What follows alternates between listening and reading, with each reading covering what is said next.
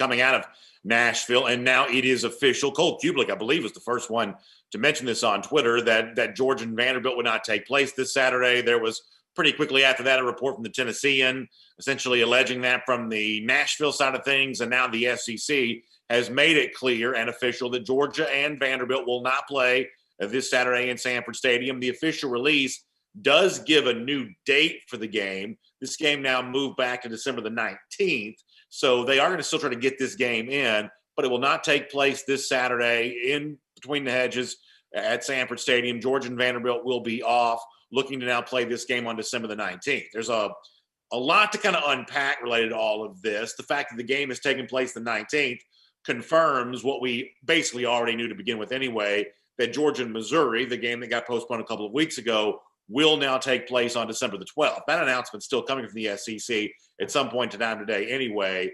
We all pretty much knew it was going to be on the 12th, and now it will be. The reason why it was easy to assume that Georgia and Missouri would play on December 12th is because, technically speaking, Georgia is still alive in the SEC East race. Now, no one probably thinks Georgia's going to win the SEC East because Florida would have to lose its remaining 2 games to do so.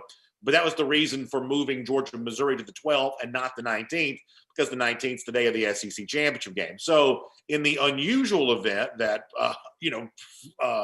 Florida were to lose games, there is a provision to basically call the Georgia-Vanderbilt game a no contest and not play it.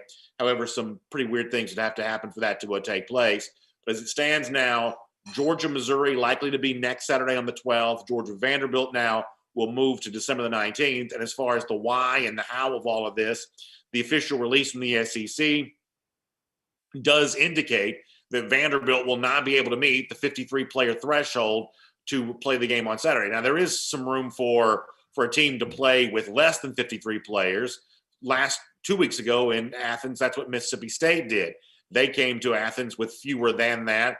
Vanderbilt not doing that this Saturday, either because they don't want to or because they're so far below that number, they're simply incapable of doing that.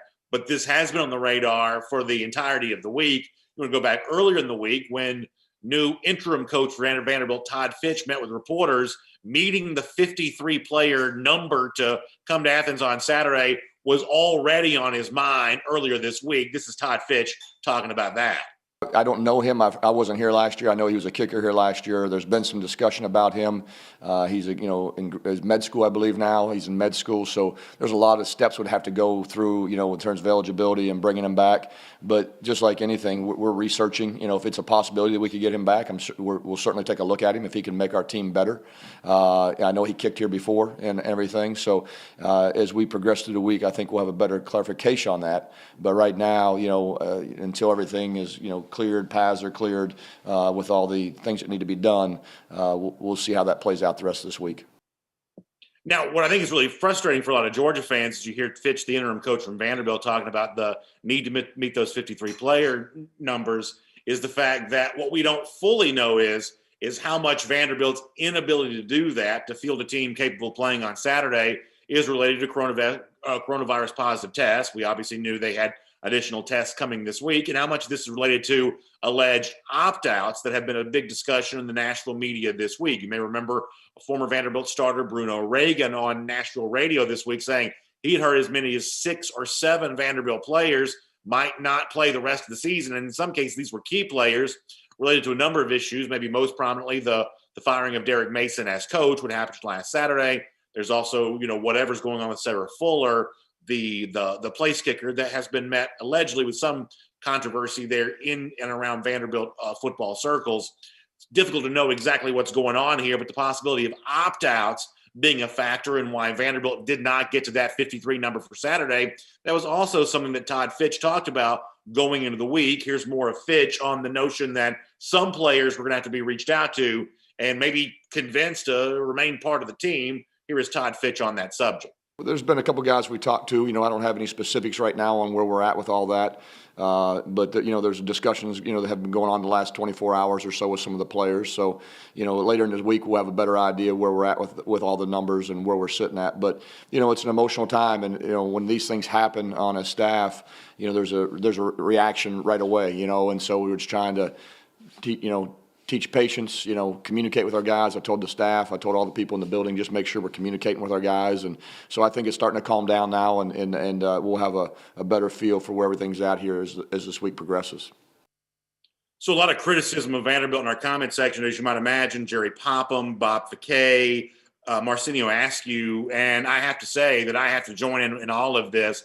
I think all of this could have been handled better by Vanderbilt if we assume that opt-outs were part of the issue here. Now, if it's positive coronavirus tests, there's really only so much that can be done to mitigate against that.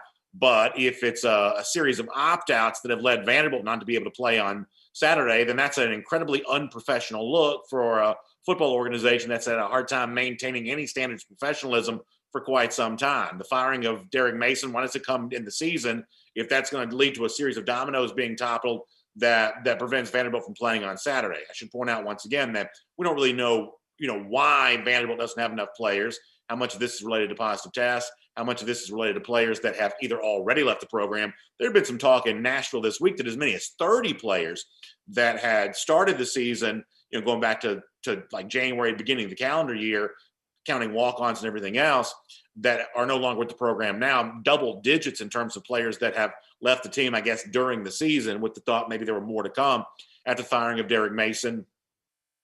And at least in one sense, and the Mason news probably the more prominent here, but at least in one sense, maybe some dissatisfaction with the way that the Sarah Fuller situation was handled, understanding that Riley Gay, last year's place kicker, has been on campus in medical school, wanting a chance to maybe come back and kick, and was he going to be granted that opportunity or not? And even some players in the Vanderbilt roster already that thought they had a chance to maybe compete for a kicking job last week with other kickers quarantined. It's frankly difficult to know exactly what all is going on with that, but that is obviously a subplot that factors into this. But the bottom line is that Georgia will not play Vanderbilt this Saturday. Going to play that game now on December the 19th. We'll await official word from the SEC that the game against Missouri will take place next Saturday on December the 12th. This becomes the second game this season for Georgia postponed after its game against Missouri was postponed just a couple of weeks ago. So that's the news that's out there. Those are the feelings that are starting to be conjured up. A little bit of frustration on the part of a Vanderbilt team that just has a hard time acting like the rest of the SEC. And this is certainly another example of that. So in the little bit of time we have left, let me run through, take a few comments on both Facebook and YouTube, and we'll just have to wait another couple of weeks to honor these Georgia seniors and, frankly, to get another chance to see this new-look Georgia offense led by quarterback JT Daniels. The Dogs really wanted to play this game. They feel like they've got a lot to play for, a lot they're still looking to do to close out this season on a strong note and lay a foundation for what can happen in 2021. But the opponent, at least for this Saturday, not able to cooperate for reasons that we may find out more about in the immediate future. All right, let's get some Facebook comments here.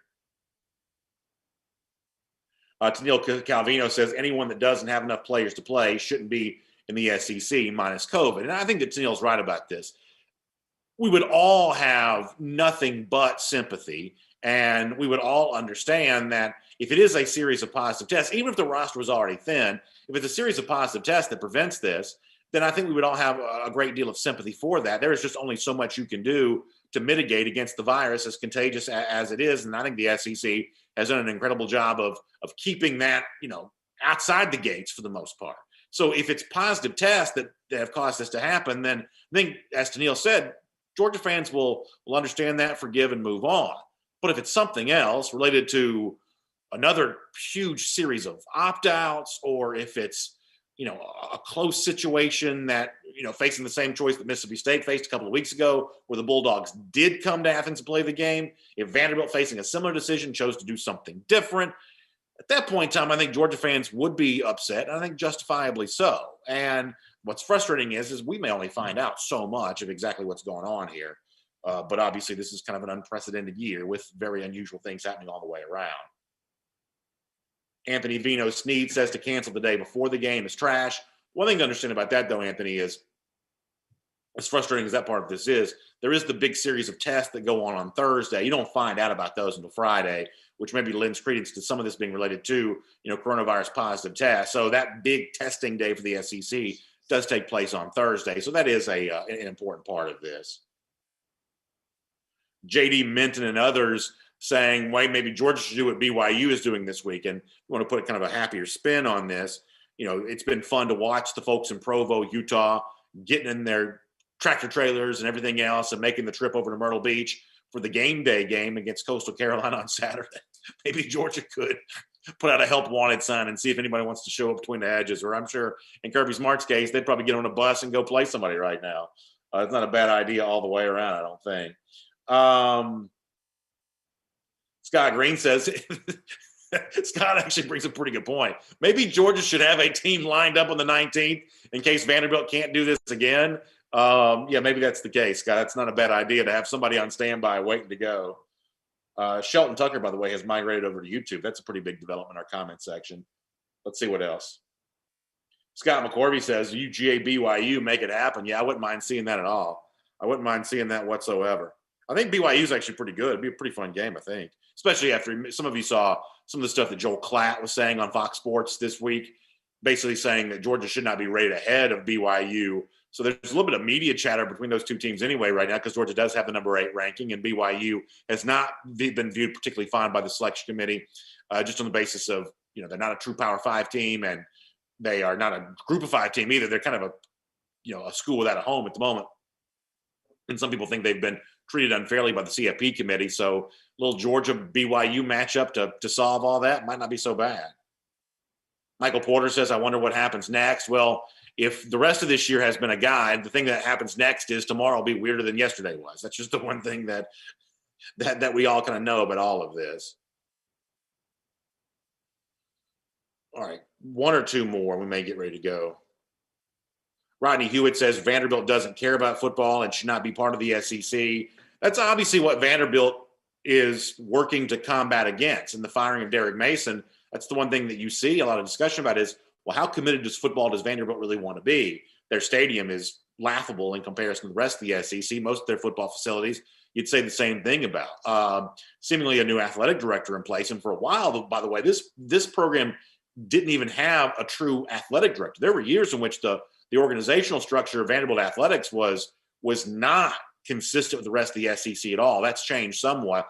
I've heard the new AD does want to maybe find a way to make Vanderbilt more competitive athletically, and the next coach may get a chance to benefit from that. But obviously a lot of what you're seeing in the comment section right now is a lot of frustration for as pristine as Vanderbilt's reputation is academically.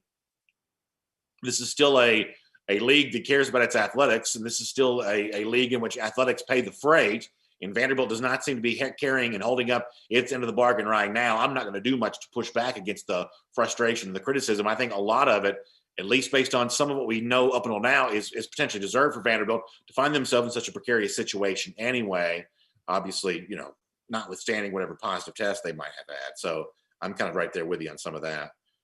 Shelton Tucker says, let's play Ohio State. Ohio State does technically have a game for now, but there have been a lot of weeks in which getting Georgia and Ohio State together would have been a pretty good thing. And who knows, maybe Ohio State wanting to prove itself as a playoff team, maybe they would just tell Michigan State, IOU, we'll see you sometime in the future. We're going to go play Georgia and see if we can get a better showcase game, with apologies to former Georgia defensive coordinator Mel Tucker on that, running the show there at Michigan State.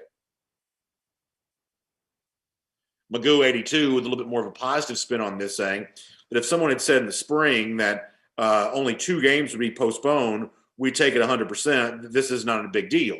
But say it's not a big deal as long as both these games are eventually played, and it looks like over the next couple of weeks that's what Georgia's going to have a chance to do. I think what's frustrating from the Georgia side on this is you get the sense that Georgia has worked really hard to do what it needs to do and hold up its end of the bargain, and either through no fault of their own or maybe a poor handling of the situation, a couple of schools have not been able to show up on game day to face Georgia. So I think Mr. Magoo, for the most part, is kind of okay and correct in saying that the SEC has certainly had a lot more success than not this season. On the Georgia side, though, this is particularly frustrating because a lot of this is completely in the hands of your opponent and something you have very little control over. Dog Fan 3 mentioning the seniors. That's one of the reasons why I'm glad the game is apparently going to be still made up, to give Georgia a chance to honor those seniors in a way in which they're deserved. It'll just now take place later, December the 19th. Be the latest game, obviously, in Sanford Stadium history, I believe, by a long shot. I guess the previous late game that I know of, it would have been Houston when they came into Sanford Stadium back in 2001 in a game that had to be rescheduled, obviously, because of 9/11. I don't know back in ancient times if they were playing college football in December. I'm assuming they weren't. Certainly in my lifetime, the latest game to ever take place in Sanford Stadium would have been the Houston game that was played in December of 2001. I'm sure there'll be more talk about that coming up. But December 19th for a college football game in Athens is pretty late all the way around. There'll be a lot of Christmas decorations and Santa hats and everything else for the fans who get a chance to be in attendance there. Chris No says, what about the Missouri game? So the anticipation is the SEC will make an announcement on this afternoon. That game likely to be made up next Saturday, December 12th. That was already the indication that we kind of had. And the fact that we already have a date as part of the official SEC release for December 19th does give you an indication that Georgia, Missouri will be December 12th. And part of that, the reason why it was important to schedule that game then, Missouri will play Mississippi State on December 19th. The reason why it was important to do that is because technically speaking, and it's only a technicality at this point, but it is technically true that Georgia is alive in the SEC East race. So they wanted to give some time for all of that to unfold as a way of getting ready for that. So in other words, if Tennessee were to beat Florida and then LSU were to beat Florida and Georgia were to, win, you basically could void out the Vanderbilt game late in the season and still put Georgia in the SEC championship. But that's only even of technical curiosity at this point in time. Rob Phillips says he loved the idea of BYU and Coastal scheduling late. Yeah, you saw some of this in the Pac-12 too, where I believe it was UCLA and Cal. They got together on 48 hours notice. So, yeah, it's been nice to see some of these teams doing that. The SEC, though, does not grant – I mean, I love having fun talking about, hey, what if Georgia did this? What if Georgia did that? Technically, the SEC only grants schools the freedom to move games around against teams that they are already scheduled to play. So by rule, Georgia could not get a game, let's say, with like Texas A&M or somebody like that in the SEC or an out-of-conference game either. They've agreed to these rules. Now, these conferences also change the rules on the fly all the time. But in this particular case, these are the rules the SEC agreed on.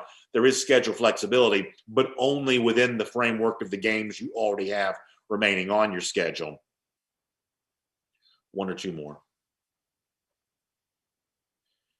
Matt Talley concerned that the later postponements means it'll get harder to keep guys locked in. I would say there's a chance that's true to a degree. This team has shown pretty good focus the last couple of weeks when some would have said it would have also been difficult to maintain focus then. So they've done a pretty good job of this, but I'm not going to lie and say that it doesn't get more difficult when you're asking guys now to practice longer. Practice is tough. I mean, that's one of the reasons why I believe you've seen more bowl opt-outs in recent years is not because players don't want to play in the bowl. I think a lot of players don't want to practice for the full month of December if they don't have to. And that's one of the reasons why I think you see some of those opt-outs taking place. And so now you're telling Georgia players your practice season will get longer, but the number of games you get to play doesn't really change. I'm not saying it's going to have an incredibly negative effect on Georgia, but I do think it does make the challenge of focusing a little bit more difficult. I don't think that's incorrect to say that. James Leonard Brown says he wants to toss the rules aside and just find a game this Saturday. James, I'm right there with you on that. Let's get on the phone and let's see who we can get over here. Not a bad idea at all. Taj Raheem says, let's just go ahead and up the playoff to eight teams. That'll get Georgia focused. They'll have a chance to be a part of that 8-team playoff, and I like that too. Vanessa Halsey on the potential lost opportunity for the seniors. Hopefully, though, this game will still be played on the 19th as it's currently slated to be, and that'll still give those guys a chance to add to their record book and also get the honor from Georgia fans that they are due. James Leonard Brown says, I need to make it happen. Boy, I'd love anything more than to do that. Have that power to get that done. Not a bad idea at all. Jerry Dogs fan says the time is wrong on my clock. Yeah, this clock does not work. Much like a lot of things around college football these days, it does not work. All right. Green Soldier says the practice isn't as effective for getting ready for the combine stuff. And Green Soldier's right about that this will delay a little bit some of that NFL preparation for some of these guys. And like I said before, I don't think that's a terrible negative, but it is a factor. I mean, it is. A lot of these guys would be ready to move on and think about that next phase of life. This becomes a little more challenging for them. All right, we're going to get ready to go here.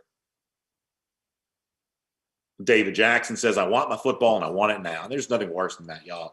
I remember being on the air when we found out about the Missouri game and a moment ago and getting the podcast ready to publish and you find out about this. It's just such a disappointment. So a lot of you have some more free time on Saturday than you anticipated. I hope you use it well. Stay close to Dog Nation. There'll be news in the Georgia-Missouri game coming out today.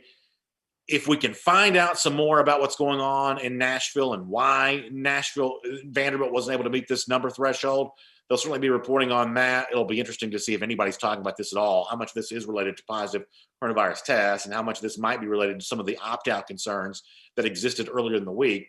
Obviously, you hope someone's going to talk on that at some point in time, but we may just have to wait to find out. So have a great weekend, everybody. There's nothing worse than to do a show like this where you've got nothing but bad news to give. But unfortunately, that is the case here. Georgia-Vanderbilt will not happen. We'll cross our fingers that the next 2 Saturdays, though, will include Georgia football, and we will see how all of this shakes out then. Thank you very much. I'll see you back on Monday for Dog Nation Daily, and just have a good weekend, everybody.